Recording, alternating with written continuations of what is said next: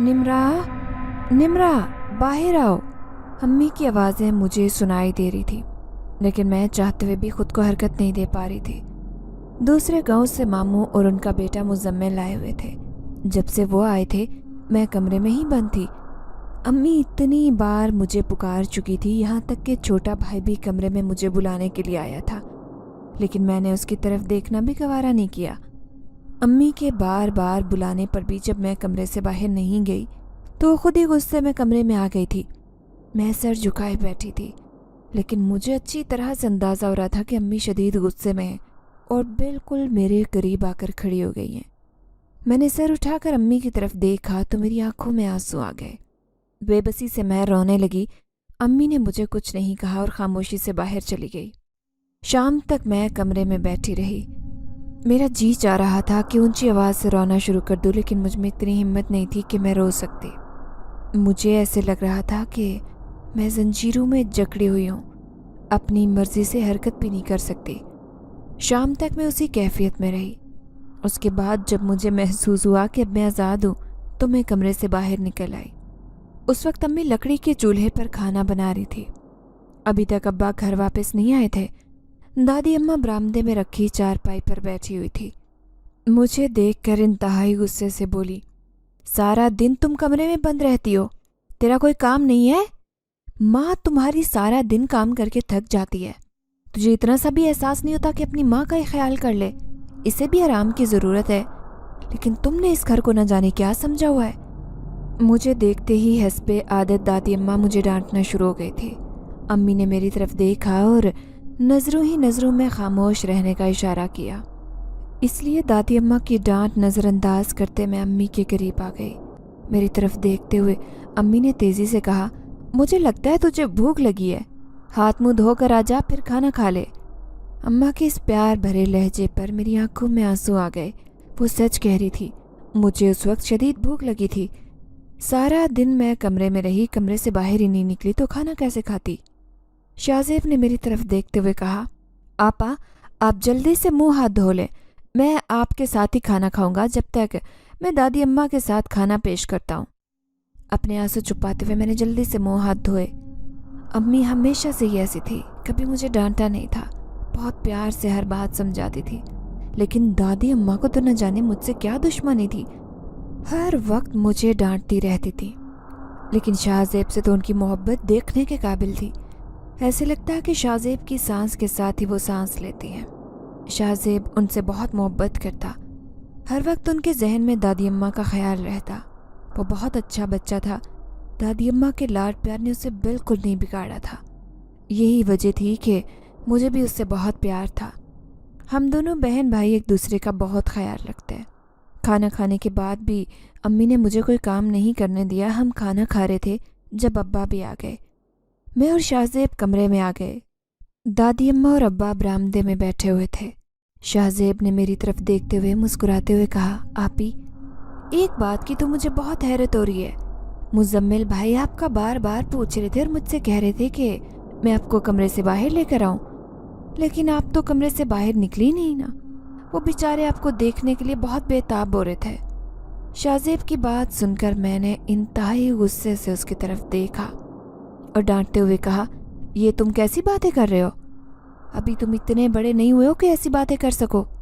जिस पर वो कुछ शर्मिंदा हो गया और शर्मीली मुस्कुराहट के साथ कहा, मुझे क्यों डांट रही हैं? इस पर तो मुजम्मिल भाई को डांट पड़नी चाहिए, वही बार बार मुझसे आपका पूछ रहे थे। शाहजेब की बात सुनकर मुझे मुजम्मिल पर गुस्सा आ गया। उसे भला क्या ज़रूरत थी छोटे बच्चे से ऐसी बातें करने की। मैंने सोच लिया था, अब जब मेरी उससे मुलाकात हुई तो उसका दिमाग ज़रूर ठीक करूँगा। उस वक्त भी मैंने शाहजेब को डांट दिया। बाहर फिज़ा में सर्दी बढ़ रही थी, इसलिए दादी अम्मा भी उठकर कमरे में आ गई। दादी अम्मा के बिस्तर पर लेटते ही शाहजेब उनके पाँव दबाने लगा।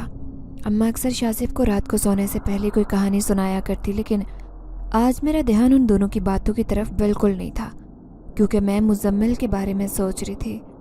मुजम्मिल मेरा मामूजात था। सिर्फ मामूजात नहीं, बल्कि हम दोनों एक दूसरे के हम उम्र भी थे। बचपन में हमारी बहुत दोस्ती थी। हमारी दोस्ती और मोहब्बत को देखते हुए मेरी अम्मा और मामू ने आपस में फ़ैसला कर लिया था कि हम दोनों की शादी कर देंगे। मैं बचपन से जानती थी कि मैं मुज़म्मिल से मंसूब हूँ। मैं हमेशा उसके बारे में सोचती थी, लेकिन अब मैं मुज़म्मिल को बिल्कुल भूल चुकी थी, क्योंकि जब भी मैं मुज़म्मिल के बारे में सोचती तो मेरे साथ कुछ ऐसा बुरा हो जाता कि मैंने उसके मुताल्लिक सोचना ही छोड़ दिया। मैंने मुज़म्मिल के बारे में सोचना तो छोड़ दिया, लेकिन उसे अपने दिल से नहीं निकाल सकी। वो बचपन की मोहब्बत थी, जब मुझे मोहब्बत के मायने भी नहीं आते थे, तब से मैं उसे पसंद करती थी। लेकिन हम दोनों के दरमियान एक बहुत बड़ी रुकावट आ गई थी। उसे दूर करना मेरे बस में नहीं था, बल्कि मुझे तो ऐसे लगता कि कोई भी उस रुकावट को दूर नहीं कर सकता। मैं अपने ख्यालों में गुम थी जब अचानक एक कमरे में किसी चीज़ के गिरने की आवाज़ सुनाई दी। मैं जल्दी से उठकर बैठ गई, इधर उधर देखने लगी। दादी अम्मा और शाहज़ेब सो चुके थे। कमरे में बिल्कुल अंधेरा था। दादी अम्मा तो बिल्कुल भी कमरे में रोशनी पसंद नहीं करती थी।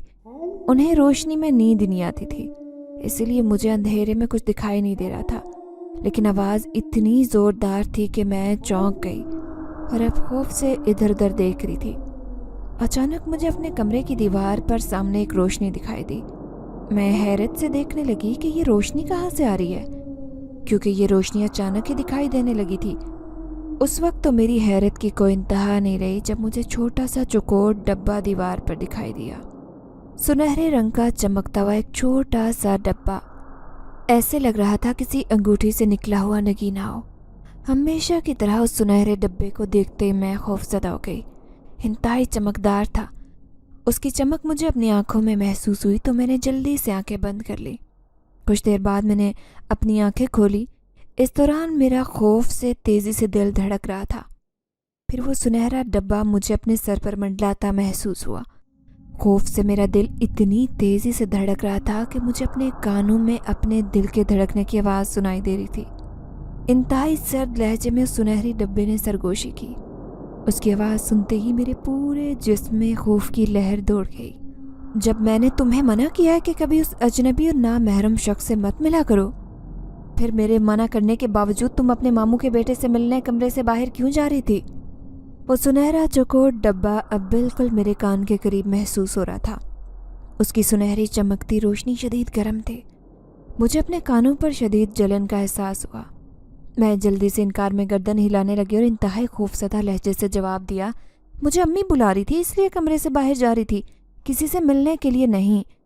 मैंने अपनी सफाई पेश की तो एक बार फिर वो मेरे सर पर मंडलाने लगा और अब की बार दूसरे कान के करीब आ गया और इंतहाई करख्त लहजे से कहा, अगर आज के बाद तुमने मेरी बात नहीं मानी, आज तो सिर्फ मैंने तुम्हें बिस्तर पर कैद किया था, दोबारा बहुत सख्त सजा दूंगा। उसका इंतहाई सर्द लहजा महसूस करके मेरे तन बदन में खौफ की लहरें दौड़ रही थी और मैं खौफ से थर थर काँप रही थी। अपने आप को उसके सामने बेबस महसूस करते मेरी आंखों से आंसू बहने लगे तो अचानक वो सुनहरा चौकोर डब्बा मेरी आंखों से गायब हो गया। एक बार फिर कमरे में अंधेरा ही अंधेरा दिखाई देने लगा। अचानक मुझे बिल्कुल अपने सामने किसी की मौजूदगी का एहसास हुआ और फिर हल्की सी रोशनी भी दिखाई देने लगी। मेरे सामने एक नौजवान बैठा हुआ था और मेरी तरफ देखकर मुस्कुरा रहा था। उसे देखकर भी मुझे कोई खुशी नहीं हुई, अब भी मेरी आंखों से आंसू बह रहे थे। वो बिल्कुल मेरे करीब बैठ गया और अपनी गर्म और इंतहाई खुरदरी उंगलियों से मेरे आंसू साफ करने लगा। तुमसे कितनी बार कहा है कि मुझे सख्ती पर मजबूर मत किया करो।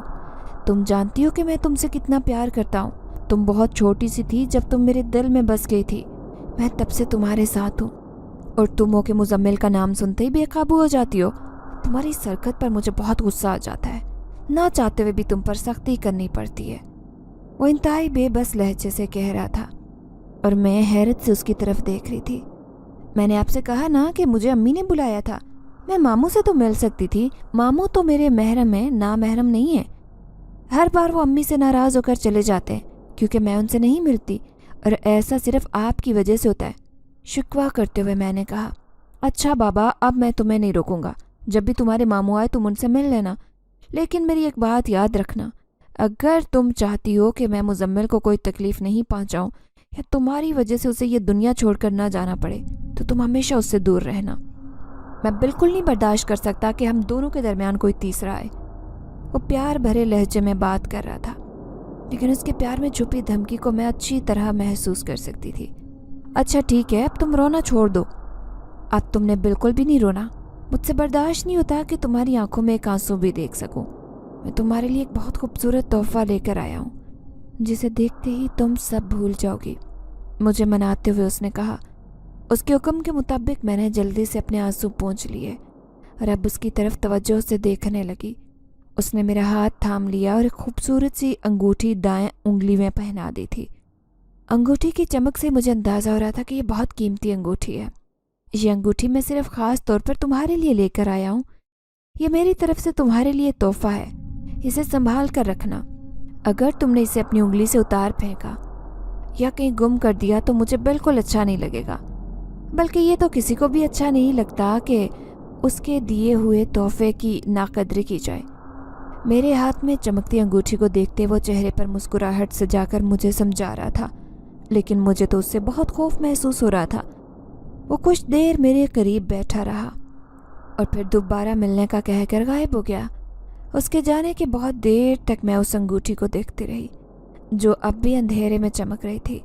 मुझे तो यही खौफ खाया जा रहा था कि दादी अम्मा को उस अंगूठी के बारे में क्या बताऊंगी, क्योंकि वो तो मुझसे कुरेद कुरेद कर पूछेंगी कि ये छोटा सा चुकोट डब्बा तो मेरे पीछे ही पड़ गया था। मैं जितना उससे जान छुड़ाने की कोशिश करती उतना ही मेरे सामने आ जाता। मैं नहीं जानती थी कि बचपन की एक छोटी सी गलती की सज़ा मुझे ताउम्र बर्दाश्त करना पड़ेगी। मैं चौथी जमात में पढ़ती थी जब एक बार मैं और शाहजेब दादी अम्मा के साथ एक दरबार पर गए थे। वहाँ पर उर्स मुनक्किद किया जा रहा था। दरबार पर बहुत रौनक थी, लोगों का हुजूम था, खाने पीने के स्टॉल लगे थे। हम दोनों बहन भाई बहुत खुश थे। सारा दिन हमने दरबार पर गुजारा।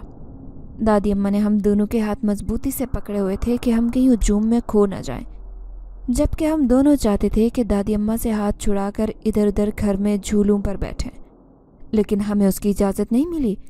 शाम से कुछ पहले हम उस गाड़ी में आकर बैठ गए जिसमें बैठकर हम यहाँ तक आए थे। गाड़ियों के पार्किंग के लिए एक बहुत बड़ा सा मैदान था जिस पर हमारी गाड़ी खड़ी थी। उससे कुछ फासले पर एक खूबसूरत डब्बा पड़ा दिखाई दे रहा था। दादी अम्मा से नज़र बचाकर मैं तेज़ी से गाड़ी से नीचे उतरी। साइड पर पड़े हुए इस चमकदार सुनहरी डब्बे को उठा लिया जो दिखने में बहुत खूबसूरत और कीमती लग रहा था। तेज़ी से उसे खोलने लगी। बहुत अजीब सा डब्बा था, इतनी मजबूती से बंद था कि उसे खोलना आसान नहीं था। अजीब बात तो ये थी कि वो सुनहरा चमकता हुआ सा डब्बा जब मैंने हाथ में उठाया तो उसका वज़न बहुत ज़्यादा था। मैं उसे उठाकर अपने साथ ले आना चाहती थी, लेकिन उसका वज़न मेरी सोच से भी ज़्यादा था, इसीलिए उधर ही खोलने की कोशिश करने लगी। मैं उस अजीबोगरीब डब्बे को खोलने की कोशिश कर रही थी कि दादी अम्मा की नज़र मुझ पर पड़ गई। मुझे देखते ही उन्हें शदीद गुस्सा आ गया और बुलाने लगी। मुझे वो डब्बा वहाँ छोड़ने का जी तो नहीं चाह रहा था, लेकिन दादी अम्मा के डर की वजह से छोड़ना पड़ा और गाड़ी में आकर बैठ गई। लेकिन मैं नहीं जानती थी कि यह गलती मेरी सारी उम्र के लिए सज़ा बन जाएगी। ये गलती तो नहीं थी, कोई भी उस चमकते हुए डब्बे को देखकर उसकी तरफ मुतवज्जे हो सकता था। मैं तो उस वक्त बहुत छोटी थी। अगर किसी चमकती चीज़ को देखकर उसे हाथ लगा लिया तो उसमें ऐसी कोई गलत बात नहीं थी। वापसी के सफ़र में हमें शाम हो गई थी। जब हम घर पहुँचे तो शाम का अंधेरा फैल रहा था। सारे दिन की थकावट थी, इसीलिए तो मैं घर पहुँचकर बिस्तर पर लेटते ही सो गई। रात का न जाने कौन सा पहर था जब अचानक मेरी आँख खुल गई। ये देख कर के जो डब्बा मैंने दरबार पर देखा था और उसे खोलने की कोशिश कर रही थी, अब वो बिल्कुल मेरे सिरहाने के करीब पड़ा था। उसे देखकर तो मेरी आंखें हैरत से फटी की फटी रह गई। अचानक मुझे ऐसे महसूस हुआ कि डब्बे में से एक आवाज़ आ रही है। बहुत भारी और अजीब आवाज़ थी, जिसे सुनते ही मैं तो चीखने लग गई। चीखों से दादी अम्मा, अम्मी और अब्बा भी जाग आए। सभी हैरान थे कि मुझे क्या हो गया है। मैं खौफ के मारे एक ही बात कह रही थी, डब्बे में कौन है, डब्बे में कौन है। सब इधर उधर देखने लगे। सबको बहुत हैरत और फिक्र हो रही थी कि मैं किस डब्बे का जिक्र कर रही हूँ। अम्मी ने मुझे सीने से लगाया और इंतहाई मोहब्बत भरे लहजे से समझाते हुए कहा, कौन सा डब्बा है जिसे देखकर तुम डर गई हो? हमें तो ऐसी वैसी कोई चीज़ नज़र नहीं आ रही। अम्मी के ये कहने पर जब मैंने चारपाई पर देखा तो अब सिरहाने के करीब कुछ भी नहीं रखा था। वो सुनहरी डब्बा अचानक गायब हो चुका था। अब मेरा खौफ कुछ कम हो गया, लेकिन अब तक यकीन नहीं आ रहा था कि वो डब्बा यहाँ मौजूद हो सकता है या मैं ख्वाब देख रही थी। और रात मैंने बहुत डरते गुजारी। सुबह तक शदीद बुखार में मुब्तला हो गई। अम्मी को एक ही फिक्र थी कि शायद मैं कल दरबार पर गई थी जिसकी वजह से डर गई हूँ। मैं बार बार दादी अम्मा से शिकवा करती कि آپ کو بچوں کو اپنے ساتھ لے کر نہیں جانا چاہیے تھا۔ دادی اماں بھی میری حالت دیکھ کر پریشان ہو جاتی۔ دن ہو یا رات، صبح ہو یا شام، میں جب بھی اکیلی ہوتی وہ سنہری چمکتا ہوا ڈبہ دکھائی دینے لگتا اور میرے کان میں سرگوشی کرتا۔ اس کی انتہائی سخت اور کھردری آواز سنتے ہی میں تو خوف سے چیخنے لگتی۔ حیرت کی بات یہ تھی کہ میرے علاوہ وہ سنہری ڈبہ کسی اور کو دکھائی نہیں دیتا تھا۔ میرا روحانی علاج بھی کروایا جا رہا تھا۔ جب بھی مجھے کسی روحانی بزرگ کے پاس لے کر جاتے تو وہ بھی یہی کہتے کہ مجھ پر جنات کا سایہ ہے، جس کی وجہ سے میں ڈر جاتی ہوں۔ وقت کے ساتھ ساتھ میں سنہری ڈبے کی تو عادی ہو گئی تھی، لیکن اب بھی جب اسے دیکھتی تو خوف زدہ ہو جاتی۔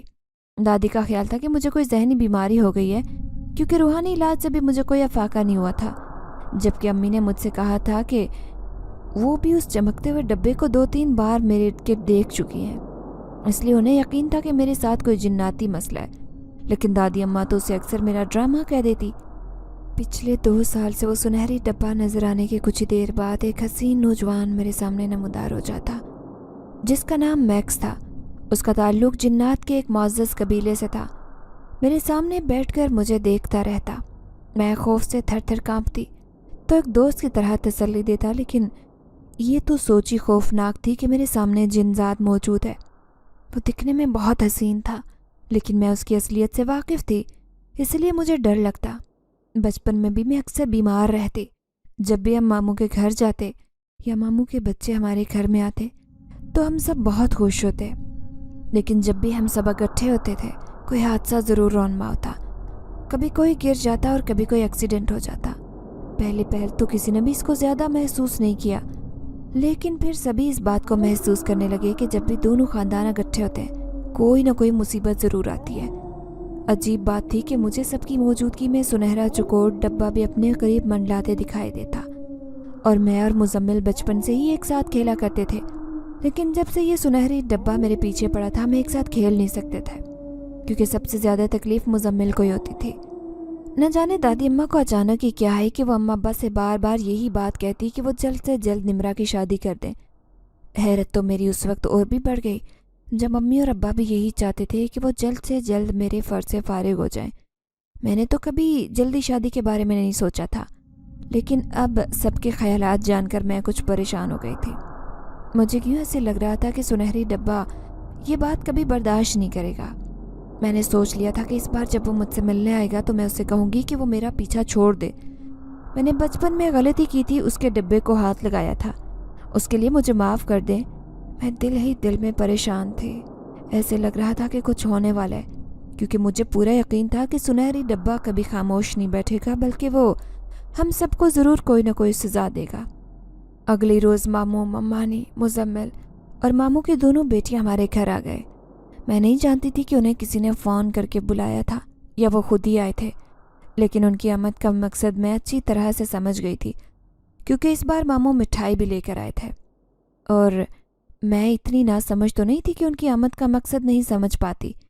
سب کو بہت خوش دیکھ کر میرا دل اداس ہونے لگا تھا۔ امی اور ابا بھی بہت خوش دکھائی دے رہے تھے۔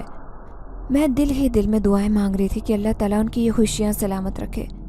ماموں کی دونوں بیٹیاں میری طرف دیکھ کر ہنستی مسکراتی آنکھوں ہی آنکھوں میں اشارے کر رہے تھے۔ سب کچھ جانتے ہوئے بھی میں انجان بننے کی کوشش کر رہی تھی۔ وہی ہوا جس کا ڈر تھا۔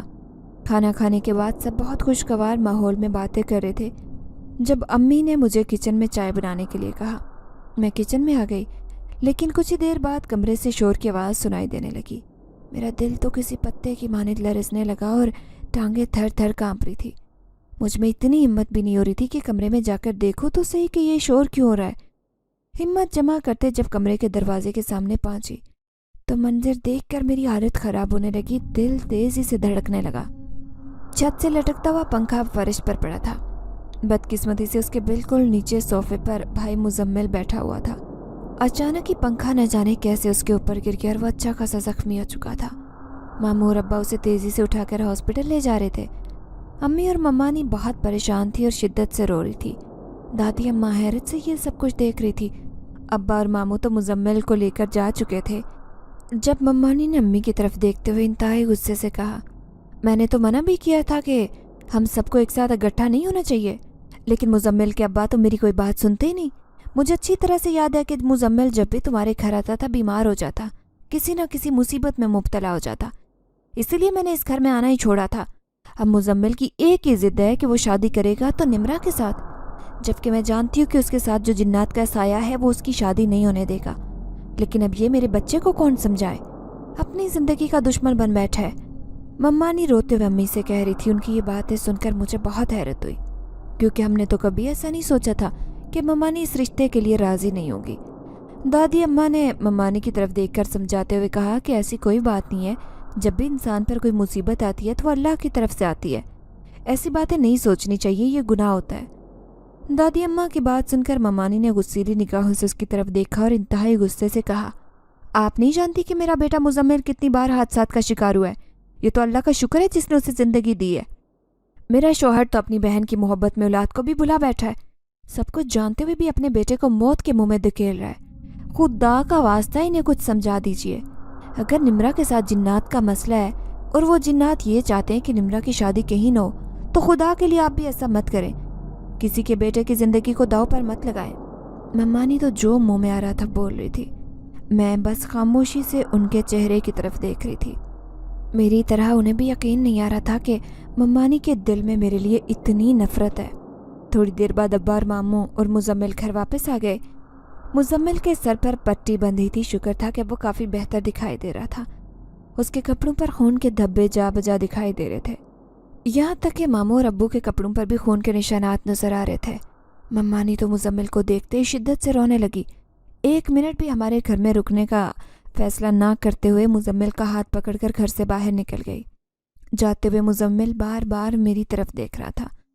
میری آنکھوں میں آنسو دیکھ کر شاید اسے اندازہ ہو گیا تھا۔ ماموں کے جانے کے بعد امی بہت پریشان دکھائی دینے لگی۔ دادی اماں، ابا اور امی تو نہ جانے کتنی دیر بیٹھ کر اسی موضوع پر باتیں کرتے رہے، لیکن مجھے کچھ اچھا نہیں لگ رہا تھا۔ اپنے کمرے میں آ گئی۔ جب سے میں نے ہوش سنبھالا خود کو سمجھانے کی کوشش کر رہی تھی کہ سنہری ڈبے کا جن مکس مجھے کبھی کسی اور کا نہیں ہونے دے گا، مجھے مزمل کو بلا دینا چاہیے۔ میں اسے بلانے کی کوشش میں لگی تھی، لیکن میں نہیں جانتی تھی کہ اسے بلانا تو میرے لیے ممکن ہی نہیں ہے، اور جو کچھ آج ہوا تھا وہ میرے لیے بہت تکلیف دہ تھا۔ میں کمرے میں آ کر رونے لگی۔ شاہزیب کمرے میں داخل ہوا تو مجھے روتے دیکھ کر پریشان ہو گیا، جلدی سے میرے قریب آ کر بیٹھ گیا۔ میری طرف دیکھتے ہوئے انتہائی دکھی لہجے سے پوچھا، آپ کو بھی ممانی کے رویے سے تکلیف ہوئی ہے؟ یقین ہی نہیں آ رہا تھا کہ یہ وہی ممانی ہیں جو بچپن سے ہی ہم پر پیار نچھاور کرتی آ رہی ہیں، لیکن آج تو ان کا انداز ہی بدلا ہوا تھا۔ شاہزیب کی بات پر آنکھوں سے آئے آنسو صاف کرتے میں نے مسکرانے کی کوشش کی اور مسکراتے ہوئے کہا، تم ابھی بہت چھوٹے ہو، ایسی باتوں کے متعلق مت سوچو، سب ٹھیک ہو جائے گا۔ شاہزیب نے میری بات کا برا مناتے ہوئے کہا، میں مانتا ہوں کہ میں ابھی بہت چھوٹا ہوں، لیکن آپ کو روتے ہی آپ کو تکلیف میں نہیں دیکھ سکتا۔ جو کچھ بھی ہو رہا ہے اس میں آپ کا کوئی قصور نہیں۔ میں نے شاہزیب کے چہرے کی طرف دیکھا تو مجھے ہنسی آ گئی۔ وہ شرارتی سا بچہ آج بہت سنجیدہ دکھائی دے رہا تھا۔ میں نہیں چاہتی تھی کہ میری وجہ سے میرے بھائی بھی پریشان ہوں، اسی لیے میں نے اسے سمجھاتے ہوئے کہا کہ سب کچھ ٹھیک ہو جائے گا۔ اللہ نے چاہا تو میرے لیے وہی ہوگا جو ہمارے حق میں بہتر ہوگا، تم پریشان مت ہو۔ وہ بہت دیر تک میرے پاس بیٹھا رہا، باتیں کرتا رہا، میرا دل بہلانے کی کوششوں میں لگا رہا۔ رات کا پچھلا پہر تھا جب اچانک مجھے محسوس ہوا کہ کسی نے زور سے مجھے جھنجھوڑا ہے۔ میں جلدی سے اٹھ کر بیٹھ گئی۔ میں نیند کے زیر اثر تھی، لیکن سنہری چمکتا ہوا چھوٹا سا ڈبہ مجھے دکھائی دیا تو ساری نیند غائب ہو گئی۔ کچھ دیر تک وہ ڈبہ میرے سر پر منڈلاتا رہا، پھر مکس میرے سامنے نمودار ہوا۔ میں نے سوچ لیا تھا کہ اب کی بار جب وہ مجھے ملے گا میں اس سے بہت ساری باتیں کروں گی اور اس کی منتیں کروں گی کہ وہ میرا پیچھا چھوڑ دے، لیکن اس کی موجودگی میں میں سب کچھ بھول گئی تھی، کیونکہ ہمیشہ ہی اسے دیکھ کر میں بہت خوفزدہ ہو جاتی۔ آج بھی ایسا ہی کچھ ہوا تھا۔ کچھ دیر تک میرے چہرے کی طرف دیکھتا رہا، پھر مسکراتے ہوئے کہا، تم مجھ سے کچھ کہنا چاہتی ہو؟ وہ کہہ دو۔ تمہیں میں کچھ نہیں کہتا، کیونکہ میں تمہیں کسی تکلیف میں نہیں دیکھنا چاہتا۔ اس کا نرم رویہ اور مسکراتا ہوا چہرہ دیکھ کر مجھے کچھ تسلی ہوئی تھی۔ ہمت جمع کرتے ہوئے میں نے اس کی طرف دیکھا اور انتہائی دھیمے لہجے سے کہا، اگر تم مجھے خوش دیکھنا چاہتے ہو تو مجھے چھوڑ دو، میری زندگی سے دور چلے جاؤ، کیونکہ تمہاری وجہ سے میری زندگی میں بہت ساری مشکلات آ چکی ہیں۔ میری بات سنتے ہی اس کے چہرے پر انتہائی سنجیدگی آ گئی تھی۔ वो इंतहाई गुस्से से मेरी तरफ देखते हुए बोला, तुमने कैसे सोच लिया कि मैं तुम्हें छोड़ दूंगा? बचपन से ही तुम्हारे साथ हूँ, ऐसा तो सोच भी नहीं सकता। मुझे शदीद बेबसी का एहसास हुआ। दुख भरे लहजे में मैंने उससे कहा कि मैंने तुम्हारा क्या बिगाड़ा जो तुम मेरे साथ ऐसा कर रहे हो? मैंने तुम्हें उस दिन तक कोई तकलीफ़ नहीं दी, लेकिन तुम्हारी वजह से मेरी ज़िंदगी जहन्नुम बन चुकी है। ना चाहते हुए भी मेरे लहजे में गुस्सा आ गया था। वो हैरत से मेरी तरफ देखने लगा और फिर इंतहाई चुभते हुए लहजे से एक बात की कि एक बात अपने जहन में अच्छी तरह से बिठा लो कि तुम सिर्फ और सिर्फ मेरी हो। आज के बाद मुझसे इस लहजे में बात मत करना, वरना मुझसे बुरा कोई नहीं होगा। और जहाँ तक बात है तुम्हारे उस मामूजात कज़न मुजम्मिल की, अगर आज दिन तक तो वो ज़िंदा है तो सिर्फ इसलिए कि मैं नहीं चाहता कि उसके मरने से तुम्हें तकलीफ़ हो। लेकिन अगर तुमने उसी के बारे में सोचा, फिर मुझे वो करना पड़ेगा जो मैं करना नहीं चाहता। वो मुझे धमकी दे रहा था, लेकिन मैं जानती थी कि वो सिर्फ धमकी नहीं देता, बल्कि जो करना चाहे वो भी कर सकता है। आज वो बहुत गुस्से में था, इसलिए जल्द ही वापस चला गया। उसके जाने पर मैंने शुक्र अदा किया और बेआवाज़ रोने लगी। ऐसा नहीं था कि मुझे मैक्स नामी उस जिनजात से नफ़रत थी, लेकिन मैं उसकी हकीकत से वाकिफ़ थी, इसीलिए उसे देखते ही थर थर कांपने लगी। वह बहुत ज़्यादा खूबसूरत था।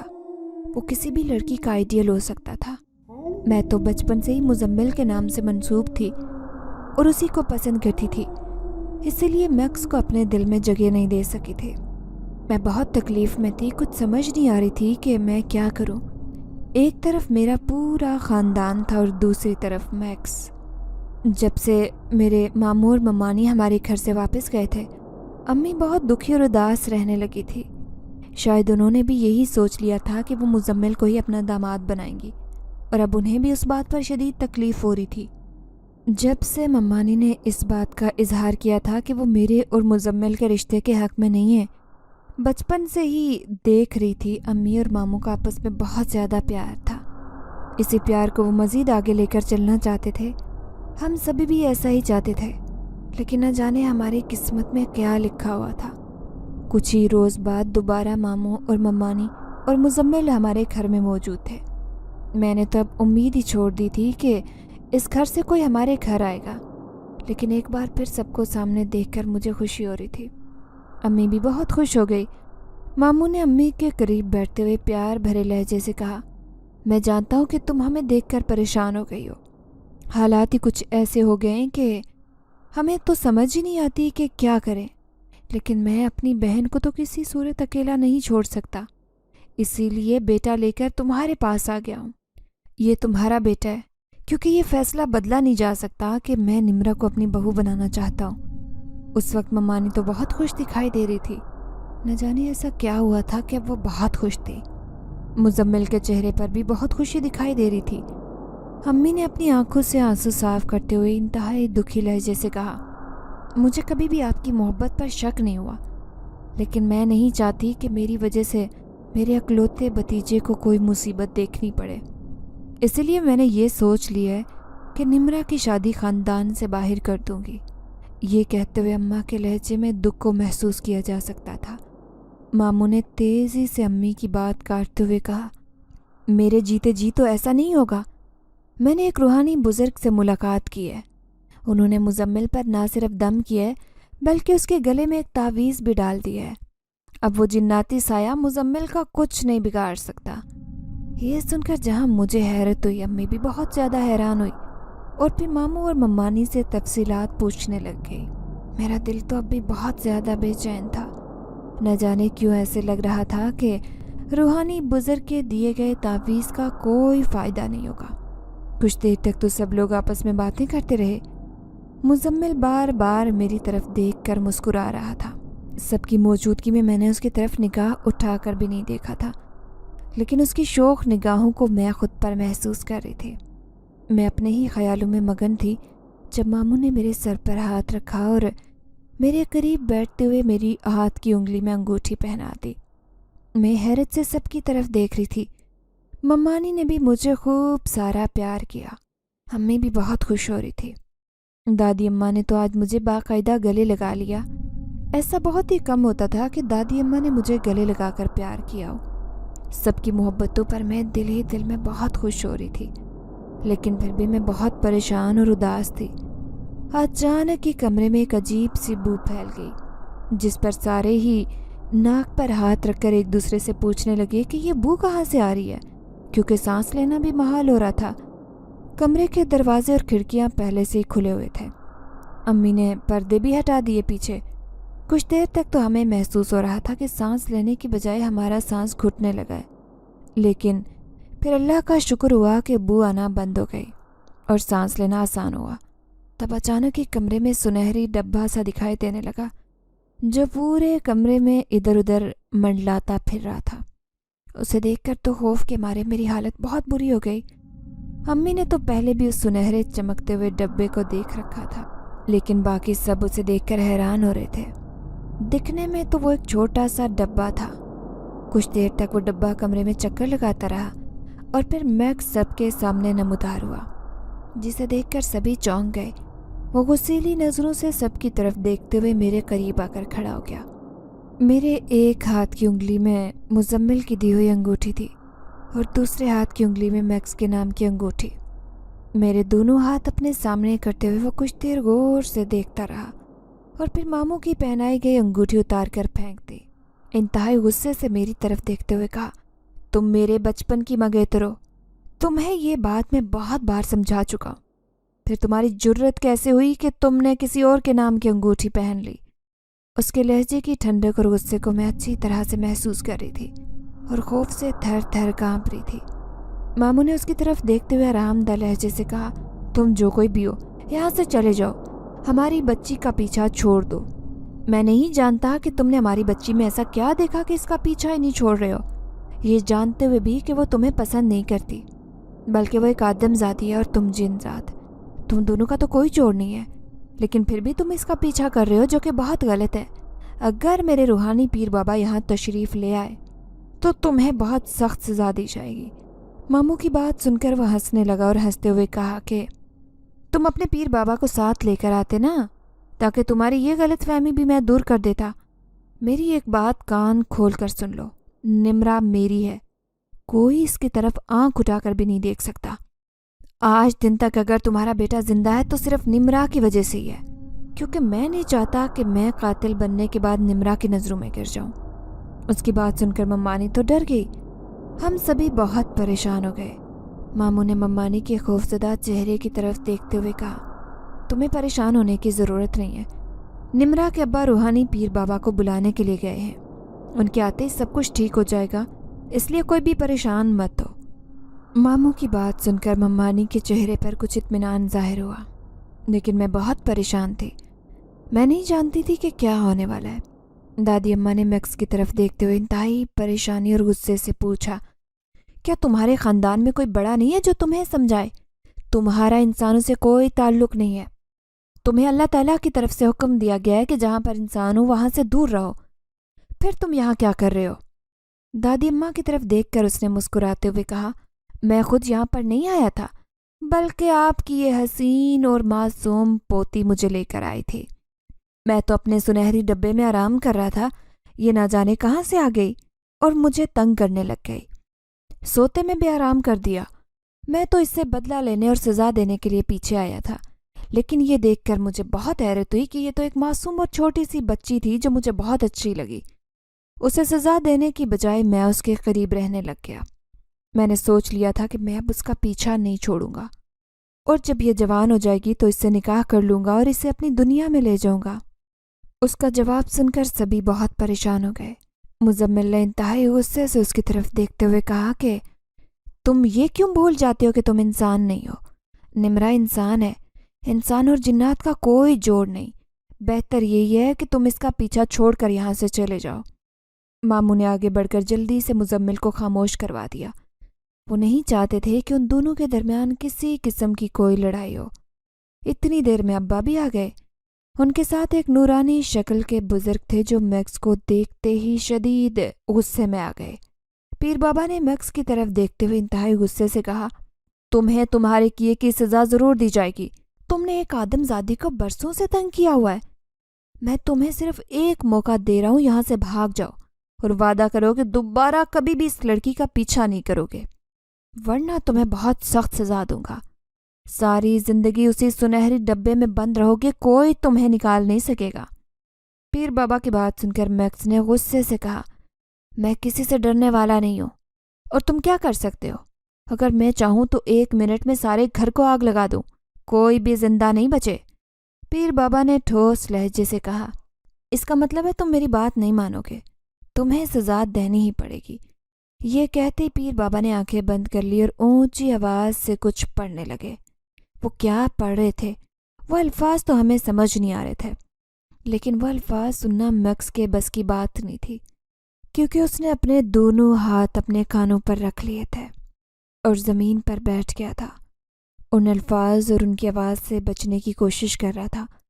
کچھ ہی دیر بعد پیر بابا نے آنکھیں کھولی اور میکس کی طرف دیکھتے ہوئے ایک پھونک مار دی، جس پر وہ مچھلی کی طرح تڑپنے لگ گیا تھا۔ کچھ دیر تڑپنے کے بعد اٹھ کر کھڑا ہو گیا اور بزرگ کی طرف دیکھتے ہوئے کہا، میں تمہیں معاف کرنے والا نہیں ہوں۔